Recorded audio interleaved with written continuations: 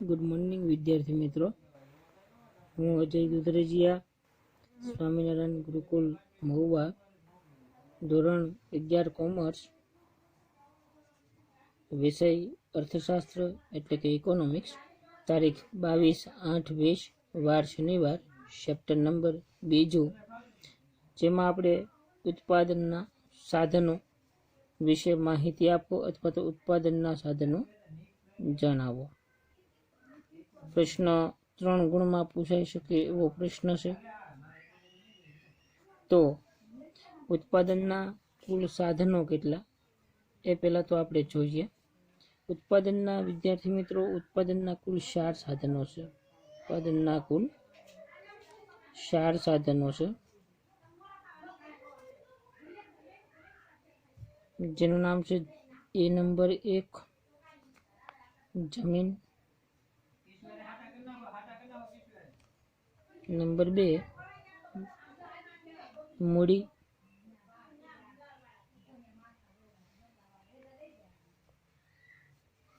Number 3 શ્રમ અને number 4 નિયોજક.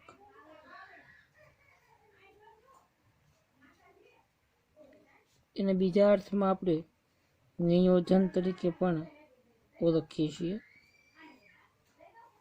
નિયોજન. તો વિદ્યાર્થી મિત્રો, તમારે ફક્ત આપેલા પ્રથમ 4 નામ યાદ રાખવા પડશે કે ઉત્પાદનના સાધનોમાં જમીન, મૂડી, શ્રમ, નિયોજક અથવા તો નિયોજન, આ ઉત્પાદનના 4 સાધનો છે. હવે આપણે વાત કરીશું કે ઉત્પાદનના 4 સાધનોમાંનું પહેલું છે જમીન. તો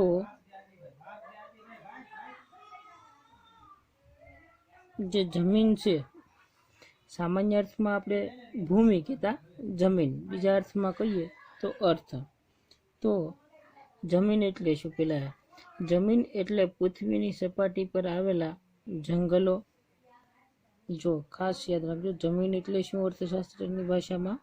તો કે પૃથ્વીની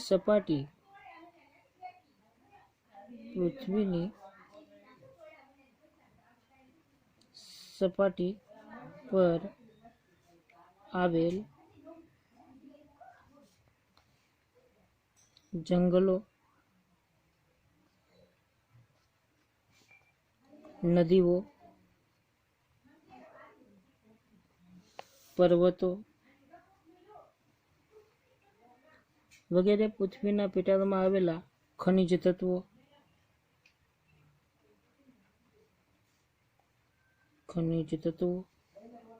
આ તમામ જે છે હવા અને પ્રકાશ વગેરે સમૂહને આપણે એક જમીન તરીકે ઓળખીએ છીએ. તો આ જમીન વિશે પ્રોફેસર માર્શલે એવું કીધું કે મનુષ્યને ઉત્પાદનમાં મદદરૂપ થતા કુદરતી પરિબળો એટલે જમીન. જો પ્રોફેસર માર્શલે જમીનની એક વ્યાખ્યા આપેલી છે. પ્રોફેસર માર્શલ, એમણે, આપણા અર્થશાસ્ત્રી છે, એમણે એક એવી માહિતી આપેલી છે પ્રોફેસર માર્શલે કે મનુષ્યને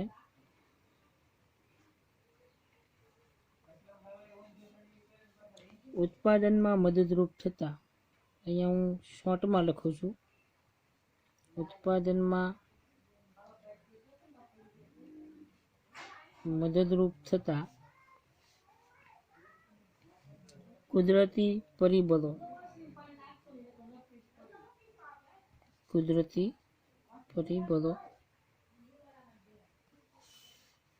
એટલે જમીન.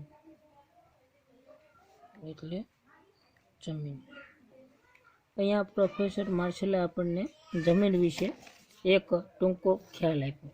કયો ખ્યાલ? કે ભાઈ મનુષ્યને જે કંઈ ઉત્પાદનમાં મદદરૂપ થાય છે એવા કુદરતી પરિબળો એટલે જમીન. હવે એ જમીનના આપણે લક્ષણોની વાત કરીશું. વિદ્યાર્થી મિત્રો, જમીન વિશે કદાચ 1 ગુણમાં માહિતી પૂછે તો પણ તમે લખી શકો, અથવા તો 2 ગુણમાં પણ તમને માહિતી પૂછી શકે. તો એના લક્ષણો ક્યાં ક્યાં? પહેલું કે કુદરતી ભેટ છે. બીજું, જમીનનો કુલ પુરવઠો સ્થિર છે, એનો વધારો થતો નથી. ત્રીજું, જમીન છે ને એ ગતિશીલ નથી. યાદ રાખજો ખાસ કે જમીન ગતિશીલ નથી, પરંતુ એની ફળદ્રુપતા જુદી જુદી છે અને ભૂમિને મળતા વળતરને આપણે ભાડું કહે છે. ખાસ એક લક્ષણ કે જમીન જે છે એની અંદરથી જમીન કહેતા ભૂમિ, તો ભૂમિને મળતા વળતરને શું કહે છે? ભાડું કહે છે.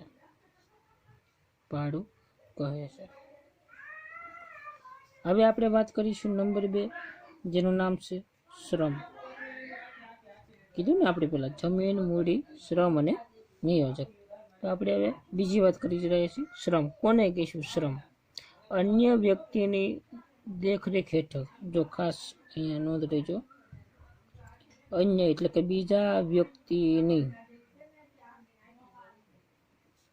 દેખરેખ હેઠળ, અન્ય વ્યક્તિની દેખરેખ હેઠળ વળતરની અપેક્ષા સાથે, વળતરની અપેક્ષા સાથે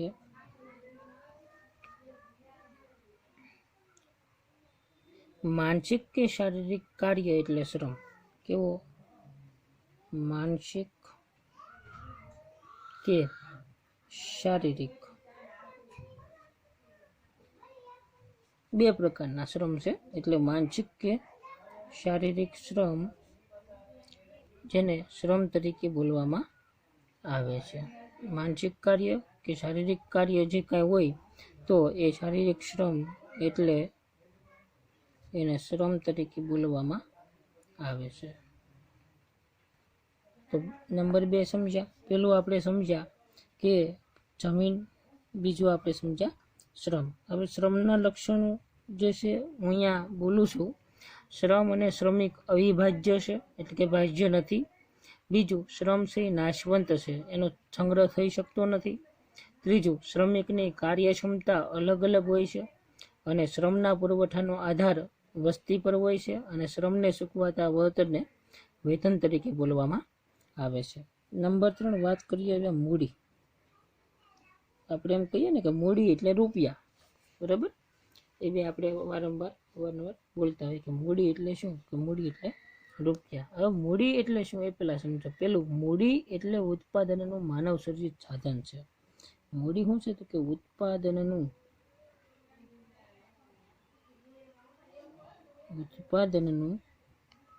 માનવ સર્જિત એક સાધન છે. મૂડી છે ને એ શું છે? ઉત્પાદનનું એક માનવ સર્જિત સાધન છે.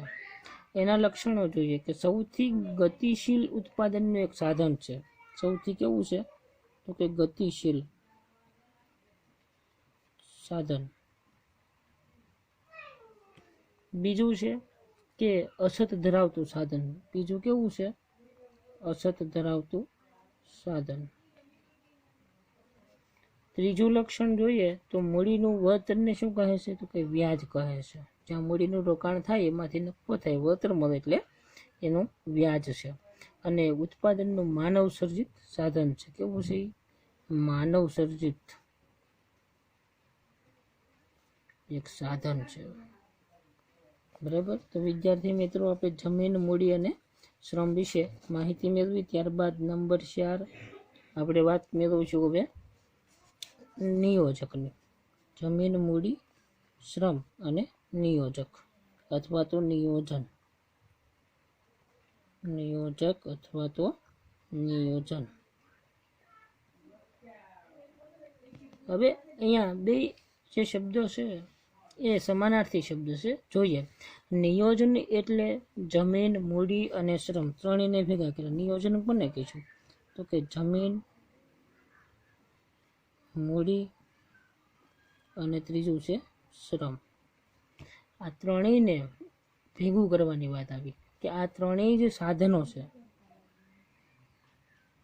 આ ત્રણેય સાધનોને કુશળતાપૂર્વક આયોજન કરવું, કુશળતાપૂર્વક આયોજન કરવાનું, અને આ આયોજન કરનાર વ્યક્તિ, જો આ જે છે ને તમામે તમામ, એને આયોજન કરનાર વ્યક્તિ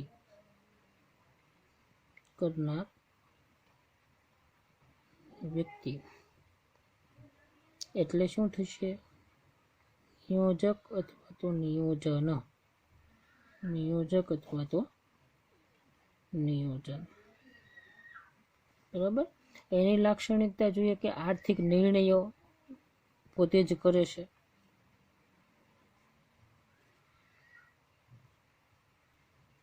નિર્ણયો પોતે કરે. કોણ? નિયોજક. પછી જોઈએ કે બીજું તો કે જોખમ ઉઠાવે. ત્રીજું, નિયોજક એક શક્તિનો ગુણ પણ ધરાવે છે. અને ચોથું કે નિયોજકને મળતા વળતરને આપણે નફો તરીકે બોલીએ છીએ, એટલે કે નફો પણ પ્રાપ્ત કરે છે. તો એટલા એના નિયોજકના લક્ષણો છે. તો હવે આપણે વાત કરીશું આગળ કે ઉત્પાદનના સાધનો જણાવો, જેમાંનું 4 સાધનો છે: જમીન, મૂડી, શ્રમ અને નિયોજક. જેમાં નિયોજન, એમાં પહેલાં આપણે જોયું કે જમીન એટલે પૃથ્વીની સપાટી પર આવેલ જંગલો, નદીઓ, પર્વતો અને ખનિજ તત્વોને જમીન કહે છે. પ્રોફેસર માર્શલ એમાં જણાવે છે કે મનુષ્યને જે કાંઈ ઉત્પાદનમાં મદદરૂપ થતા કુદરતી પરિબળો, એટલે એને આપણે જમીન તરીકે ઓળખીએ છીએ. ત્યારબાદ બીજું છે શ્રમ, કે અન્ય વ્યક્તિની દેખરેખ હેઠળ વળતરની અપેક્ષા સાથે માનસિક અને શારીરિક શ્રમ, જેને શ્રમ તરીકે બોલવામાં આવે છે. ત્રીજું આપણે લીધું મૂડી. ઉત્પાદનનું માનવ સર્જિત એક સાધન છે, જે ગતિશીલ સાધન છે, અસર ધરાવતું છે, જેની ઉપર વ્યાજ મળે છે, અને જે માનવ સર્જિત સાધન છે. નંબર 4, નિયોજક. તો કે જમીન, મૂડી, શ્રમ, આ ત્રણેય સાધનોને ભેગા મળી અને એનું જે આયોજન કરનાર જે વ્યક્તિ છે, એને નિયોજક અથવા તો નિયોજન તરીકે બોલવામાં આવે છે.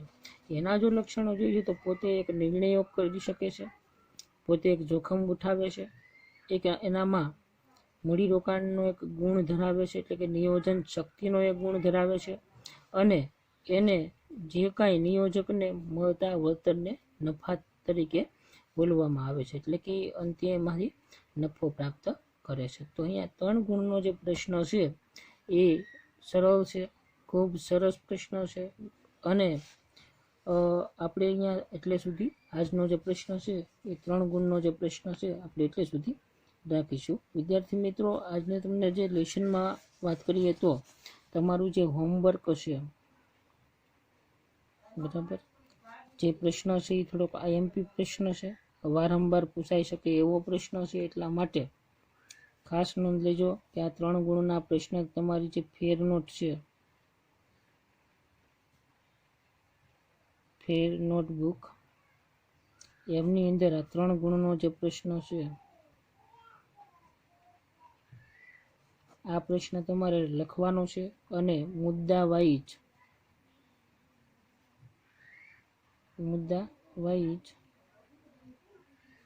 તમારે પ્રશ્નનો જવાબ